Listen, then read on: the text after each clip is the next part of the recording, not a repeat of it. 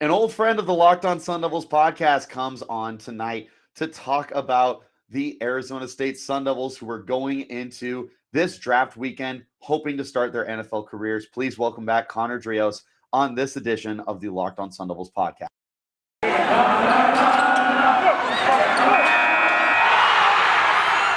You are Locked On Sun Devils, your daily podcast on the Arizona State Sun Devils, part of the Locked On Podcast Network, your team every day.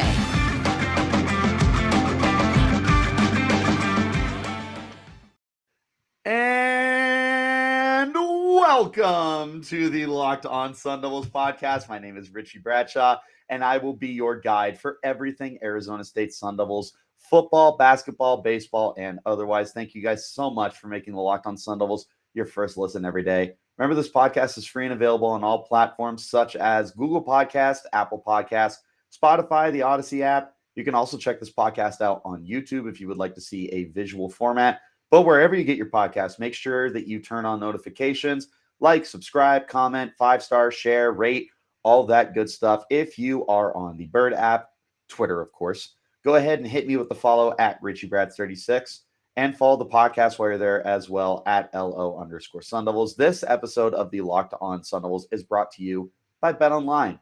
BetOnline has you covered this season with more props, odds, and lines than ever before. BetOnline, where the game starts. Now, coming back to the Locked On Sun Devils for the first time in 7 years is former co-host Connor Dreos. Connor, so happy to have you back. I know that the fans are happy to see you as well, and we're just excited to pick your brain as our Arizona State Sun Devils are headed towards the NFL draft. Connor, thank you so much for coming back on. Thank Richie, you. I'm sure everyone appreciates that. Richie, do you smell that? I'm nervous to ask. It smells like old times. Okay. That is a good feeling to be back on your podcast. Thank you for having me. Always has been. It's really technically I was still on in the month of March, but just because of the weeks, it's been longer than 4 weeks. So it's definitely been a long time coming in back on the podcast.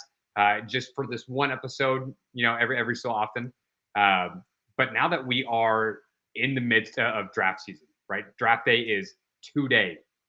Richie, we've been talking about the Arizona State Sun Devils prospects, where they could go, how high they rank, and just where they could fit on an NFL roster for months. And as you know, as they've gone through the offseason, you had the Senior Bowl, you had the East-West Shrine Bowl, you've had the Combine, which we had 8 Arizona State Sun Devils, if I remember correctly. I think it was 8 that got to go to the Scouting Combine. You've had interviews, we've had pro days, and now we've made it all the way through the first, essentially, wave or so of preseason, and we're now at the NFL draft. The NFL draft, where ASU is going to represent the Pac-12 with the most potential players to be drafted this upcoming season for the entire conference. That is a great place to be. Now, we're obviously we'll kind of dive into all the potential prospects and where they could go, but I'm excited, man, especially even locally. Steve Keim, Arizona Cardinals GM, has talked about keeping some of the Arizona State Sun Devils in-house. So if we hear some of their names called potentially on day 3, wherever they end up going, would love to be able to keep some of those guys in state, being able to watch them play football in the National Football League. And that's what we're here to talk about, Connor. So I'm gonna turn over most of the podcast to you, because everybody knows my feelings by now. I know a lot of people know your feelings as well with how much we've talked about it, but maybe the opinions have changed in the a little over a month that you've been gone. So let's talk Arizona State Sun Devils products. It all starts with Rachaad White. Connor, it feels like White stock is just floating right in that top 150 range, early day 3, maybe a guy who sneaks into the very end of day 2. The running back class is just so fluid, I think is a way to word it, because you have seemingly Breece Hall sitting at the top, and then you have the Isaiah Spillers and the Kenneth Walkers, the Kyron Williams, the Rachaad Whites of the world, and the order is just completely up in the air. What do you think about White? So it's hard, right? Like we talked to Rachaad White. We got to watch Rachaad White for 2 years here as an Arizona State Sun Devil. It's hard not to love him at the next level. I've seen a bit of a pro comp, and for anybody listening, some of you might love comparisons, but at the end of the day, like some of these guys are just their own selves. Like you can't really compliment anybody. I have seen Rachaad White comp to maybe a slightly smaller David Johnson, so that's an interesting comparison there. Now, I'm trying to remember. Did Mel Kiper have him as RB6? That way sounds back. Right. It was something like RB6 right. probably early this year, maybe at some point towards the beginning of the season. I think is when we had discussed that. Now, here's the caveat. With every single player we're going to talk about, there's so many factors that go into where they're going to get picked, right? It's not even just based on straight up talent and skill. It's based on fit, right? And what a coach can potentially do with this player. So Rachaad White at least seems to be a top 10 running back in this upcoming draft class, which may really mean a lot. But you and I were just talking off the podcast earlier this week about where could some of these running backs go and make a difference in year one. But to be honest, if Breece Hall is the first guy off the board, there's some places he could make a difference for sure. Buffalo, I think, is that spot that NFL fans just want to go see to complete the Buffalo Bills offense, even though they run a lot of it through either Singletary or Josh Allen. But then you get to some other backs after that. Kenneth Walker obviously does seem to be top 3. Isaiah Spiller, I think, depending on who you talk to, might be RB3, might fall down a little bit. But in my opinion, Rachaad White, it doesn't seem like he's falling. It just doesn't seem like anybody is as high on him as we are. Now, we're not talking to actual NFL scouts. We don't know what people think. But where can Rachaad White go in his rookie year to make an impact? Well, obviously, he does a lot in the passing game. I still think he'll be able to give you some in between the tackles, right? Depending on the right situation already, or if they already have an in between the tackles kind of running back, and they want to exclusively use Rachaad White as a pass catcher. I think that's going to be important. I haven't heard necessarily a ton about how he tested verbally, right, doing any interviews with teams, but I am excited for where he's going to go. If you talk to at least a lot of the experts, or at least what I see out there on the almighty Twitter, it sounds like the 4th round is kind of his bread and butter of where he could go. That's right now, you had just talked about potentially sneaking in the back end of day 2, so like the end of round 3, maybe end up being a comp pick, potentially, right? I feel confident at least saying this: Rachaad White is not going to get drafted this upcoming weekend, and people are going to go, "That's our starter." Rachaad White's going to be our starter, and that's not necessarily a bad thing. Right? Like if he goes and he's in some sort of timeshare, that's fine. Let him show what he can do, right? Go through all of your OTAs, go through your mini camps and preseason, and the opportunity knocks for everybody at some point. I shouldn't say everybody, but at least for talented players like Rachaad White, that door will knock. At some point, somebody's going to potentially get hurt, and Rachaad White could have an opportunity to step up and be the guy, right? Part of that's going to be how his pass blocking holds up, what he has shown so far to a coach, how hard of a worker he can be, those kinds of things. If I were a betting man, Rachaad White's going to get drafted. I do not think it's going to be in the first 2 days. I would love it to be that way, but you and I both know the running back position is just so. It's valued so differently, right? What did and forgive me, I might be thinking of the wrong prospect, but Ricky Williams, once upon a time, what draft pick was he? He was incredibly high, right? Fifth he overall. Was the 5th overall draft pick. Now you obviously have seen some of those guys in the last couple of years. Ezekiel Elliott, I think, went 4th. Leonard Fournette was also 4th. Leonard Fournette was 4th. Christian McCaffrey was like 7th or 8th. Like Saquon you have had second. guys. You have had, Saquon's a good one. You have had guys get drafted higher, but it feels like the NFL is just slowly moving away from that. So to say that Rachaad White's going in the 4th, that would be nice. But if he ends up falling into the 5th, is it that surprising because of the value of the running back position? Probably not.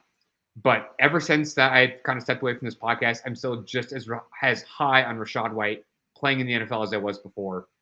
He will probably not be a starter for somebody day 1, but I think once he gets a chance to show himself what he can do at the NFL level, people are going to be pretty high on him as well. I feel like that seems to be pretty fair. Everyone knows that we all love Rachaad White on this podcast. He's a very talented guy. And again, we really can't emphasize enough what he does for you in the passing game is special.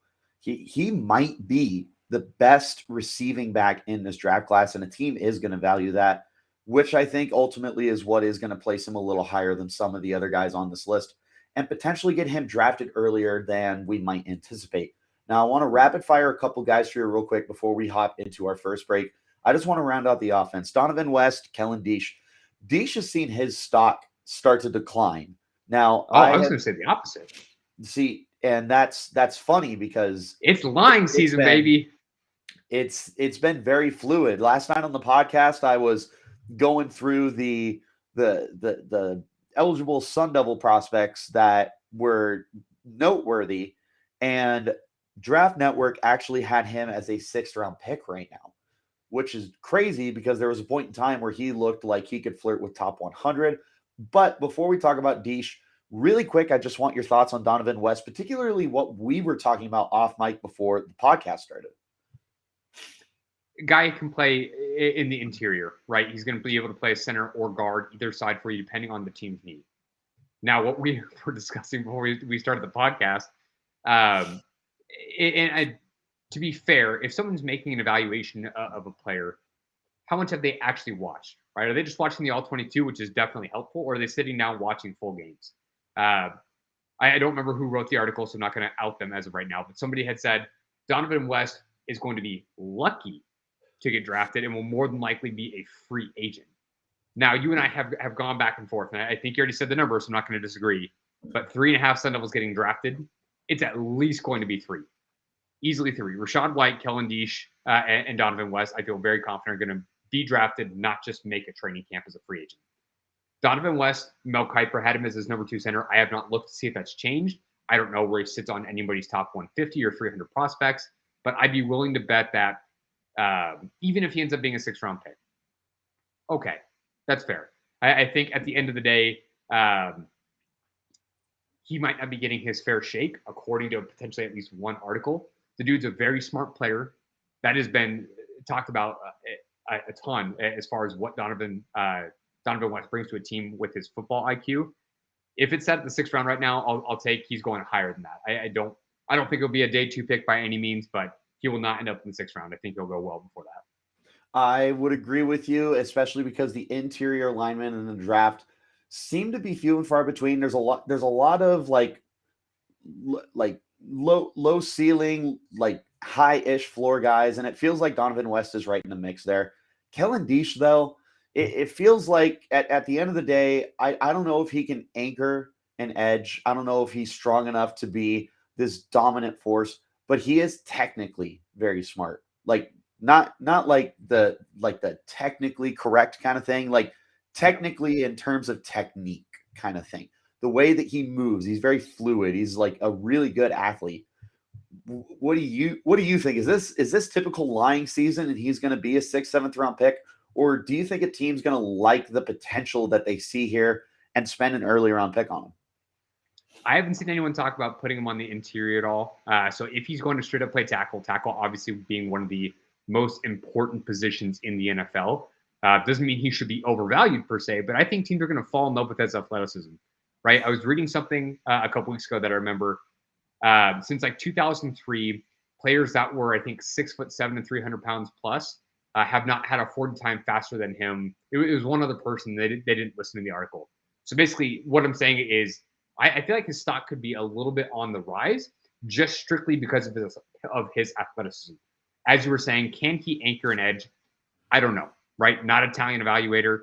There's probably some people out there who can say, Kellen Diesch, potentially good player, but here's what he's got to work on, right? He's not some blue chip tackle prospect, but I think he's shown enough coming over from Texas. I think it was Texas A&M, if I remember correctly. Right? Didn't he transfer from Texas A&M, I think? Oh, that I'm not 100% sure on. Don't quote me on it. We'll leave it in the podcast, but do not quote me on it. I will not. I think he's shown that he can play on Sundays. It's just, is he some sort of swing tackle, maybe swinging it inside? That I'm not sure of. But again, his athleticism, I think, is going to bring him a pretty far ways as far as getting into the NFL. And we will find that out. I do like his potential. I think you can't deny the athletic prowess that he has we're going to see whether NFL teams agree with us or not. But that's going to wrap up the first segment. When we return, we're going to flip over to the defensive side of the ball and continue picking Connor's brain. This, of course, is the Locked On Sun Devils podcast. BetOnline.net is still your number one source for all your betting stats and sports information. Find all the latest sports developments, league reviews, and news, including this year's basketball playoffs and the start of Major League Baseball season. BetOnline is your continued source for all your sports wagering information, from live betting to playoffs, esports, and more. Head to the website today or use your mobile device to learn more about the trends and action. BetOnline, where the game starts.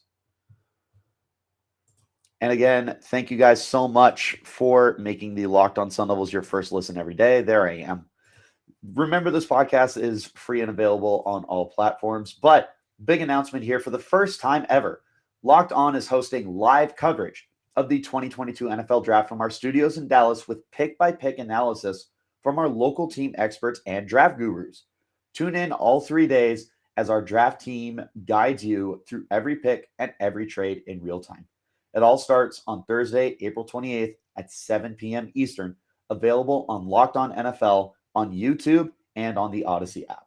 Guys, with all the Sun Devils that are in this draft, you really can't afford to miss this opportunity to stay in the loop with all the Sun Devils that are going to be going off the board here. Speaking of Sun Devils going off the board, right back into this conversation, Connor, we're going to flip it to the defensive side of the ball. Let's start in the secondary, where you've got the longtime starter Chase Lucas and the feisty, quote-unquote, baby Marcus Peters kind of guy in Jack Jones. I'll let the dealer decide who you want to talk about first. I'll start with the guy I think who's going to go off the board first, and that's Chase Lucas. I think as a technician, he's done very well for himself at ASU. It seems like the public opinion on him this last year wasn't necessarily a bad year, just more so inconsistent than what they've seen from him in the past. Again, I think he's shown the ability to play on Sundays. It's just a question of, is he playing on the outside or is he going to be playing in the slot? I do think he goes off the board before a Jack Jones. Now, Jack Jones, you talked about him being a baby Marcus Peters. I'm going to emphasize the word baby there, right? Dude showed some very good hands throughout his time with ASU, but he's like 5'10", maybe 180 pounds, probably a little bit less. Not that those guys I'd have to look at the combine. He's probably closer to like 175, 180 if I were to guess. But regardless, even if he is more than that, he's not the biggest dude. Not that you don't have the Chris Harrises of the NFL, but some of those guys are a little far and few between. Not to mention, you also have some of the previous off-the-field stuff, and that has to come up with interviews, right? If teams are going to be interested in Jack Jones by any means, they're going to have to ask him about his past and what's going to bleed over at the NFL level. I think Chase Lucas will get drafted. I think, but I'm not going to say that one too confidently. I do not think Jack Jones gets drafted at the end of the day. I do think he potentially presents more upside than a Chase Lucas. But again, questions with off-the-field stuff could potentially push him down the board. I do think he makes a training camp. I just don't know if I see him getting called this upcoming weekend. Yeah, and that was something I talked previously yesterday about Jack Jones is like if he did not interview well, then I don't know if he gets drafted. If he did blow teams away and show them that he does love football and that the past is the past, as John Mulaney would say, then this is a fourth round kind of talent. The dude has ball hawking skills. He's sticky in coverage, and he definitely carries himself with this mantra of I'm the best guy on the field. Chase Lucas, I don't know how high that ceiling is, but that's a high floor. That's a high character guy and someone who can give you a little bit of everything because, like you mentioned, I think he could kick inside into the slot. And I think that there's a lot of special teams value with Chase Lucas. So Lucas, I feel, is a shoo-in to get drafted. Jack Jones, I don't know because he's fourth round talent. But if he did not interview well, then I don't know if he's draftable. But that's just like the outsider's perspective. Naturally, the Sun Devil fan in me is telling you, like, trust me, you want to draft Jack Jones or he's going to make you look dumb. Like, guarantee it. But let's go up to the front seven. The original, like, mascot of the Locked On Sun Devils, Darien Butler. Draft Network finally has him ranked. They have him 200 overall, firmly in the 6th round. Connor, I don't know if you saw the measurables. He's 5'10 and a half. So definitely undersized, but he does have good game speed, and he does have a healthy weight, sitting at about 230 pounds. But unfortunately, I don't know if NFL teams are going to look at the measurables and be able to justify spending a high draft pick, and by high I mean like a day 3 draft pick. I'm not sure if he gets drafted simply because of those measurables, because you've had tons of great college football players. Like the first guy who comes to mind is Scooby Wright. That dude was an animal at U of A, but he did not have the measurables to play in the NFL. And even though he was just an absolute terror in the Pac 12 for pretty much the entirety of his career with the Wildcats, he didn't stick in the league. And that has me worried, not about Darien Butler's play, but about the way the NFL might view him. What do you think? Yeah, I think that size is going to come back to haunt him. Now, I'm going to say something incredibly profound. He's potentially been undersized his entire life, and that's something he's had to overcome at every level, right? You're not wrong. But obviously, once you get to the NFL, some of those, I don't even want to say so much just a flaw, but a potential weakness, whatever you want to coin it. He just has to be that much better at everything else in his game to be able to overcome that. I think at the end of the day, at the NFL level, I'm not sure he's going to be a very good coverage linebacker. So he's probably going to be a 2-down specific type of role as far as being a linebacker. Going to have to show he can play the run. And if he can do that, I think he finds a spot in the team. What he also has going for him, again, a high character, team captain. I think teams obviously do value that depending on the organization. Gun to my head, I don't think he gets drafted, but in my opinion, I think he gets drafted over more of a Jack Jones, I think. Interesting take. As of right now, and again, like you had obviously talked about Jack Jones being a potential 4th-round talent. I think that neither of these guys scream like NFL superstar, but again, can they get an opportunity with the right team, be put with the right situation to show what their specific skill set can do at the NFL level? I think the opportunity is there. It's just a question of can they take advantage of it. I agree with you. It's just unfortunate because the dude has the heart and he clearly has it between the ears. And this was when I was looking at the Draft Network. One of the things they pointed out is like, this dude is smart. He knows how to call a defense. And it's just, again, when you get to the NFL, unfortunately, a lot of times the measurements do matter, because there's just guys who are so much bigger and stronger and faster than you. So I just, it worries me. I'm not questioning Darien Butler. I'm questioning if the NFL questions him. Trayvon Walker is potentially going number 1 overall strictly because Trent Baalke seems to love guys with longer arms. Got longer arms than Aiden Hutchinson, and it seems like that measurable is just giving him an edge, potentially. So for what giving him an edge. I see what you did there. I did not do that on purpose. Please never do that ever again. That's okay.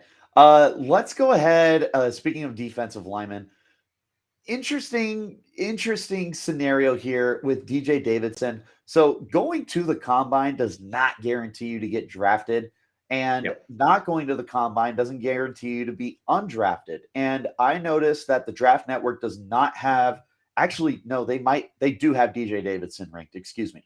But not Tyler Johnson? But not Tyler Johnson. They also, I forgot to bring him up, did not have Curtis Hodges ranked. So we'll loop back around to those guys. But as far as DJ Davidson goes, I think it's reasonable to say me and you were both surprised when he had not only a Shrine Bowl invite, but also a combine invite. And it wasn't us slighting him at all. It's just we kind of looked at it like, okay, like we're happy about it. It just kind of took us by surprise. Now, is this going to end up playing out the way that we not so much thought, but the way that it, I don't know how to word it. You know what I'm getting at. Hopefully the fans know what we're getting at, but is Davidson going to get drafted? Because he is a big, strong body, but I don't know if he stands out in any one particular area. That's the thing, is it's not even so much what's the phrase? Jack of all trades, but master of none. He's not even so Right. much a jack of a ton of trades per se. So it's not like he was quality at the college level, right? Like he wasn't just a body. He played well at ASU. It's just on the interior side of the ball, not a ton of those guys present a ton of pass rushing upside. Davidson certainly does not break that mold, right? I think that when the draft ends, if Herm Edwards is going to go out on a limb for any of his guys, I think if he has still connections in the NFL, DJ Davidson might be the first guy to go. I do still like Davidson's potential to play in the NFL. I just don't see him as a starter. It's going to have to be a very situational kind of not so much pass rusher, but again, on the interior part of the line, he has to show that he can be a master of some sort of skill, whether that is playing the run well. Maybe it is getting to the quarterback at the NFL level, even though it seems unlikely. But as of right now, quality player in college. I'm not sure he does anything overly well at the NFL level, though. The one thing he does have going for him at his size, because remember, he is playing right around that 330-pound range, is that he could intrigue teams as a nose tackle, because even though I don't know if I call it a dying position, but it's definitely not a position that NFL teams value. It's still a position that NFL teams want to have on their roster. And there are so few and far between like top end nose tackles that Davidson could get more than a few looks as one of those guys of like, let's shuffle him in and see if we got anything there. So I'm not confident he'll get drafted. I'd be surprised if he didn't, just because of that factor. And the other thing is this is not the greatest defensive line draft. It's very top heavy. After Jordan Davis and Devontae Wyatt, and depending on how you view DeMarvin Leal, because he's such a tweener, it feels like a drop off, because then you have a Fedarian Mathis, you have the kid from Oklahoma whose name I'm blanking on. It's a lot of like, who do you prefer in the defensive line? But circling back around to those two guys that we brought up that were not ranked, Tyler Johnson, Curtis Hodges. Let's start with Johnson. He wasn't a combine invite. He wasn't a Shrine Bowl invite. No Senior Bowl. A very quiet offseason. I don't know if there is a NFL future for him, but I feel like teams might look at the leadership factor and at least give him an opportunity as like a quote unquote camp arm. Was he the only Sun Devil as a first team All Pac-12, or just the only one on the defensive side? Nope, so that's what makes it interesting. But for anybody that thinks that and will think, how did he not get a combine invite? Well, just because you put up numbers in college does not mean you're guaranteed to do that in the NFL, right? That production is not the same across the board. It's the old adage of scout the player, or not the, what I was about to say, not the player, not the helmet, but right, it's their talent versus just their production at the college level. Tyler Johnson was definitely a surprise to me not to get invited to the combine, but this edge class seems to be super loaded. Not even so much with just a ton of top end talent, which it does seem like there's a couple guys up there, but a ton of depth. Absolutely a ton of depth. So if Tyler Johnson is the kind of guy that gets lost in the shuffle this year, unfortunately, this just might have been the wrong, not so much wrong year to come out, but just he might get a little unlucky in that sense. Again, I think he does catch on as at least a camp body. I'd be very surprised if he's not at least a camp body. I'm not sure how you finish your college career as a first team Pac-12 team kind of player and not at least get some sort of invite. But along the same lines, I don't think he necessarily gets drafted. I'm curious if either of them do between him and DJ Davidson. I do think Tyler Johnson has a higher ceiling, but if, as you had said, quiet offseason, not getting a combine invite, I'm curious if anybody thinks of his actual floor at the NFL level. Well, and like we mentioned, just because you got a combine invite doesn't mean you get drafted. Just because you didn't doesn't mean you don't get drafted. So who knows? Maybe NFL teams actually kind of took note of Tyler Johnson, the accolades that he racked up at Arizona State, and the fact that, again, this guy is going to give you 110%. So who knows with him? Like you said, I feel like I'd be surprised if he wasn't at least like a camp body. Last guy I want to talk about before we head into our final break, Curtis Hodges. I made this comparison yesterday, not so much in terms of talent or like actual prospect comparison, but he reminds me his situation a lot of another Pac-12 guy, Washington tight end Hunter Bryant, where Bryant wasn't the most productive guy at Washington, but a lot of teams viewed him as that split out joker kind of tight end with the functional athleticism and the upside to be a really good pass catcher, but goes undrafted for one reason or another, and then He went ends up undrafted? he did go undrafted. I know. I thought he got picked like not No. high, but I definitely didn't even think he was close to getting undrafted. Wow.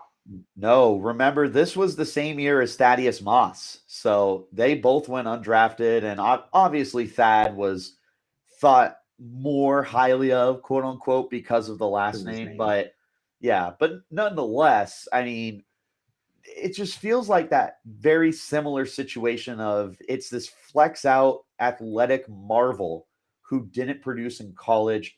Do you draft him thinking that you could turn this big ball of clay that is Curtis Hodges and maybe form him into some kind of starting tight end? Or is he just some guy you make like a priority phone call to after free agency or after the draft, I should say? I think he's the third tight end on a roster. I do. Like when watching games together, I do like Curtis Hodges. Did not necessarily just ball out at college, right? The offense did not tailor itself to being so very pass happy through Jaden Daniels. So what did he end up having? Like 20-ish catches, just short or something like that, maybe just over. And he had like 17, 18 yards a catch. Very efficient. I think at 6'7", teams are going to like that. But for a guy who probably does not run block very well, is not exactly going to be the most dominant pass catcher at the NFL level. I don't think he's devoid of talent, so to speak. But you could be right, kind of in your latter opinion, that someone somewhere along the way might have seen, hey, Curtis Hodges, don't think he's going to get drafted at all. Do not want to spend a pick on him. But when the dust settles, let's go ahead and give him a call, bring him in, and just see what we can do. Is he coachable, right? Can we put him in some sort of role where he can just provide some form of production? It's going to have to come in the passing game. It's going to have to. So unfortunately, it's sort of some one-off plays here and there that people drop that he just so happens to be involved in. I don't think he doesn't belong in the NFL. I just think he's a third tight end on a roster somewhere. And I feel like that's unfortunately a fair way to word it. And again, the marvel of this potential talent that he is intriguing. I just don't know if it's going to be enough. Let's hop into our third and final break. When we return, we'll go ahead and have some superlatives. All right, guys, we're back for the third and final segment now of this edition of the Locked On Sun Devils podcast. We went over all the main prospects that are in the 2022 draft for the Arizona State Sun Devils. Connor, I'm going to rapid fire some superlatives at you. So let's start with this. Give me 3 locks to get drafted anywhere. 3 locks. 3 locks I would take in some sort of order: Kellen Diesch, Rachaad White, and Dohnovan West. I think 5 guys go somehow, some way, but those 3 guys for sure, there's no way they don't get drafted. No way. All right. Tell who gets drafted the highest. It's gonna have to go between Rachaad White and Dohnovan West. I think it's West. It's not that I don't value Rachaad White's talent. I just think running back, there's a lot of solid guys in this draft class that could just push him down the board if it's not the right situation for him. Who starts the earliest? I still think I got to go with probably Dohnovan West. Again, whether he's starting somewhere, I at least think his versatility as far as being able to play anywhere on the interior and potentially an injury to any one of those guys in front of him could lend itself to him starting. Give me your favorite team fit for any of the Sun Devil prospects. Hey, man, Cardinals need a backup running back. Cardinals just lost Chase Edmonds over to Miami, and they have their Thunder and James Conner. How could you not love some of that lightning with Rachaad White? How could you not love that? would 100% love him here, not just as a current Sun Devil fan, but I think there's an absolute need. So for him to show his passing ability on this team would be lights out. Over under the first Arizona State Sun Devil being drafted with the 119th and a half pick. Is 119th and a half, is that the end of the comp picks? That is did I do math poorly? That's towards the start of the fourth round. Under. Under is in they get drafted earlier. Yep, I think West sneaks in somehow, some way, potentially into the end of the second or something. Or sorry, end of the third. Okay. Biggest or no, before we get there, who makes the earlier impact, or if you want to word it differently, who starts first? We already did that one, which I said Dohnovan West, just because again, yeah, just because he could start potentially multiple positions on the interior if they view him as a center / guard. It just presents more opportunities if somebody gets hurt or you beat somebody out on a team. I think that lends itself to him starting sooner. Gotcha. Okay. I'm going to try and do a little more prospect specific now. You're a GM, Chase Lucas or Jack Jones? Chase Lucas. I value high character. I just do. Unfortunately, I think it's a bad look for the NFL. Obviously, if any poor off the field activity is reflecting of your team at all. I've seen enough of Chase Lucas at the college level. Longtime starter. I think he has some sort of role in the NFL. It could potentially grow into a little bit more. Kellen Diesch or Dohnovan West? Dohnovan West, which is somewhat unfair for Diesch in just a loaded tackle class. I've seen enough people rate Dohnovan West somewhat higher, not so much on their board, just in terms of center prospects. And I've seen him play that I think Dohnovan West has the better NFL career. I don't know if I can think of any other like really fun, bubbly ones off the top of my head. Are there any that kind of pop off for you? I was trying to think like maybe a potential like Rookie of the Year award, but there's nobody other than a Rachaad White who could even win that. And again, that's very, very unlikely. What about potentially last prospect to get drafted? This is assuming maybe 7th round pick. We're sitting at 4 Sun Devils prospects. Let's say that it's the 3 that we've talked about and Chase Lucas. So now who is maybe that 5th guy that somebody just has to grab before they become a potential free agent? It's a coin flip between Jack Jones and Darien Butler, I think. I think so too. I'll go back to the character and team captain aspect of Darien Butler. I think he does. If a guy gets drafted for a 5th guy, I think I would pick Darien Butler. Who makes the Pro Bowl first? Rachaad White. I just think as a skill position player, I think he'll have the opportunity to pop a little bit more. You said Pro Bowl, correct? Pro Bowl, yep. Pro Bowl is still fan voting, right? Yes. Isn't it? Yeah. So if that's the case, people don't see offensive linemen per se. So in the defense of Dohnovan West or Kellen Diesch, people just don't necessarily know how well some of the tackles are doing. So I think Rachaad White potentially getting people fantasy points, that's what they're going to recognize and be able to vote for him sooner. Who are NFL teams going to regret the most passing on? I'm still going to stick with Rachaad. I think people are disrespecting him, even with a lot of other running backs in this class. I've seen enough from Rachaad to know that he's got it at the NFL level, right? No offense to a guy like Kyron Williams, who could be another stud pass catcher.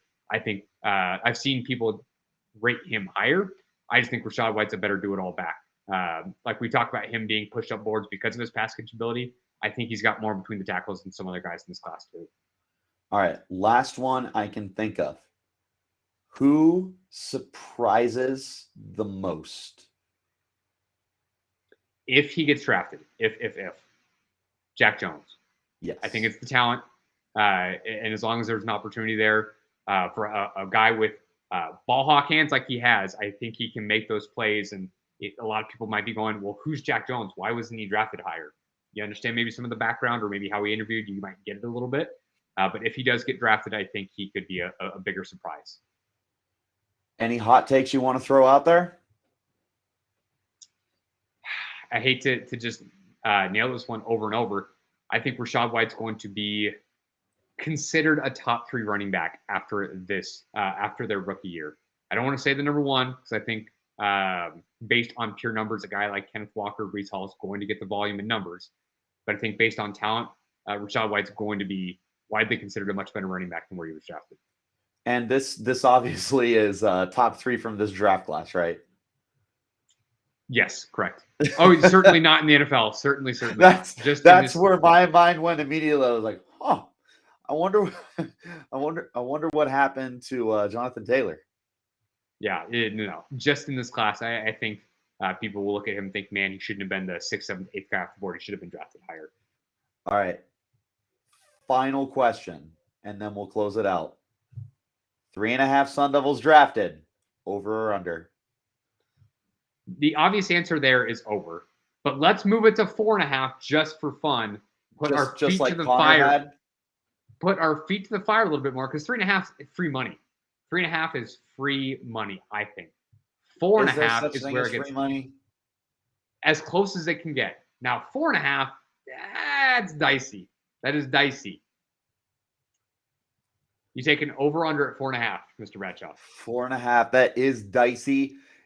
I think I'll take the over because you got the 2 linemen, you got Rachaad, Chase. I feel like those 4 should be locks, in my opinion.